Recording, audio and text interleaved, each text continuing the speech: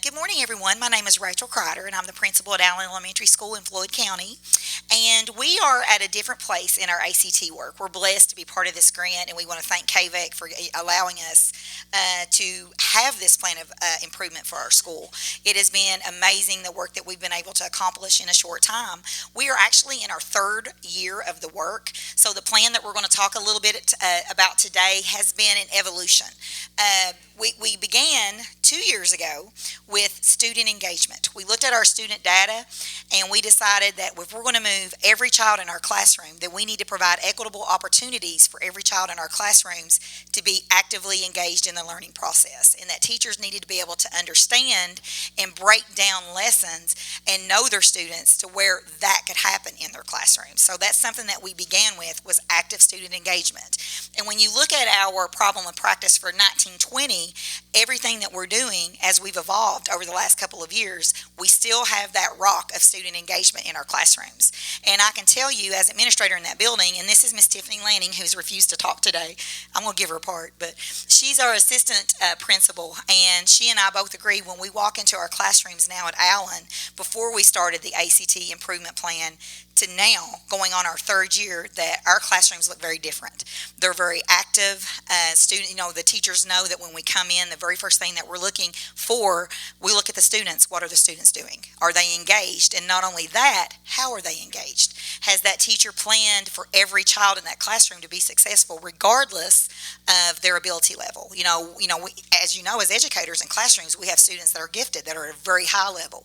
We have students that are in the middle, that are average, and then we have the below average students that need that extra strategy. So when we talk about engagement at Allen, we want to engage all of the different learners and give them equitable opportunities to learn in that classroom for the standard. So our big focus has been student engagement.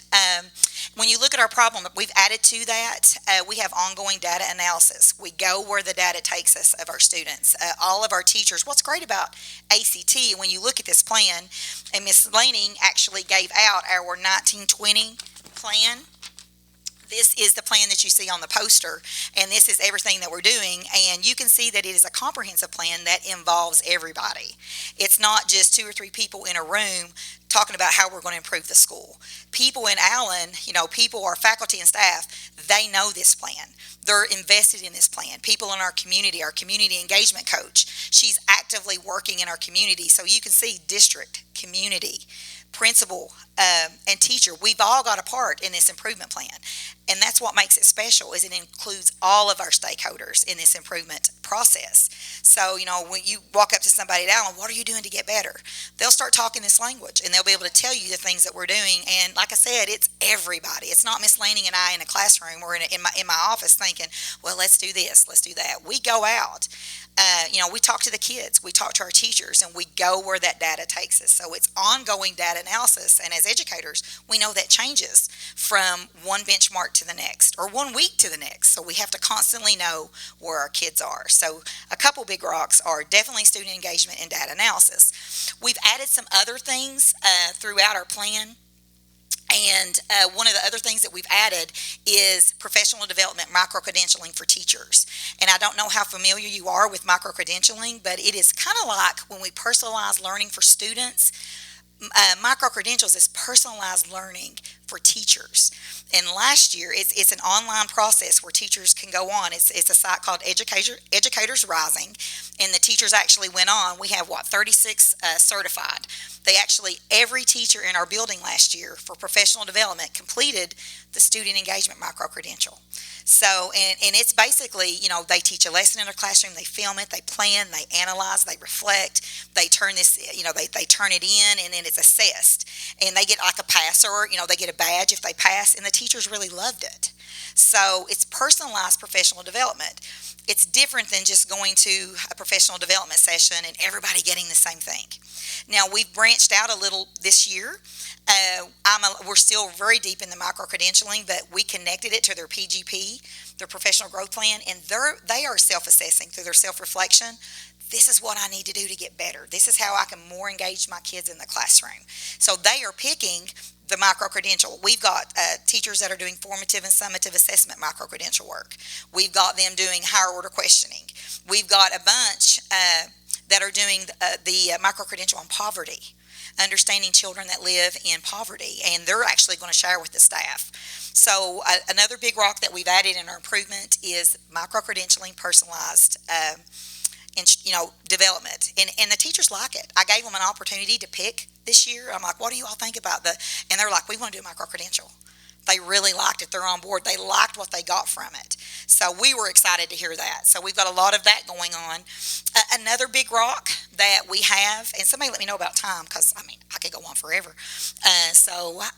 Another big rock that we have is with the opportunity myth coming out and all that research being presented to everyone, is we're thinking, okay, we're actively engaging our kids. We're improving our teaching practice. Let's look at the tasks that we're giving them. Because if you're familiar with that research, it is,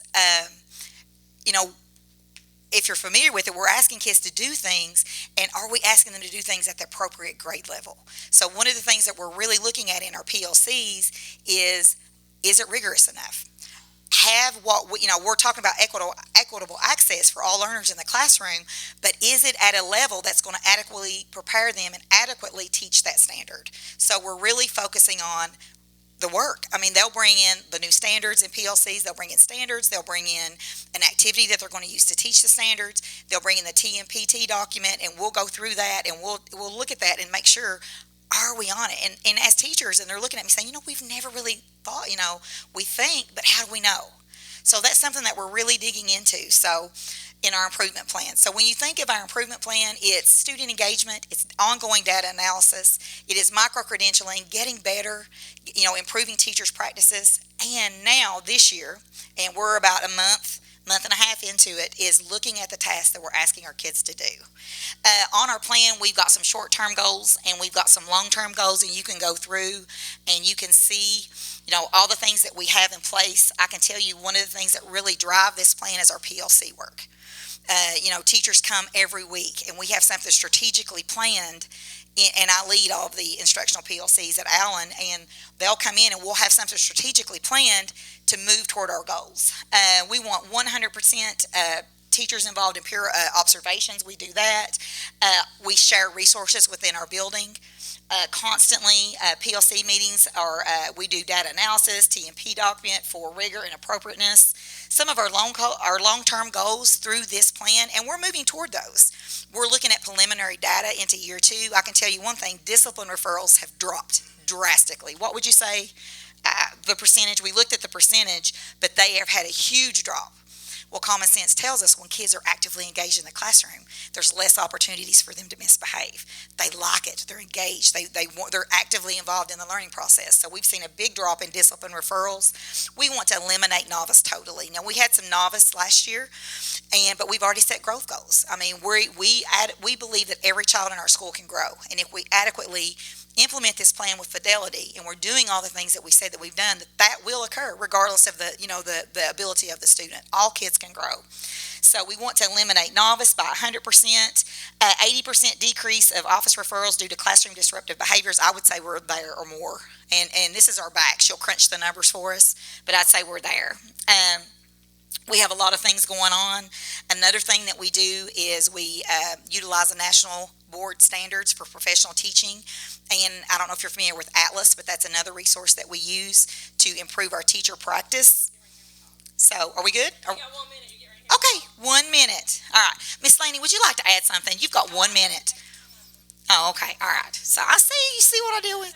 But she's great. She's great at our school. And but Atlas is a bank of professional teachers that have passed the certification process, and that's one of the things that we do. Before my minute is up, another thing that I want to say about ACT is it provides school with flexibility of funding. It does provide us with funding, and we have been so thankful for that. And we have sent teachers to Kagan with our ACT money.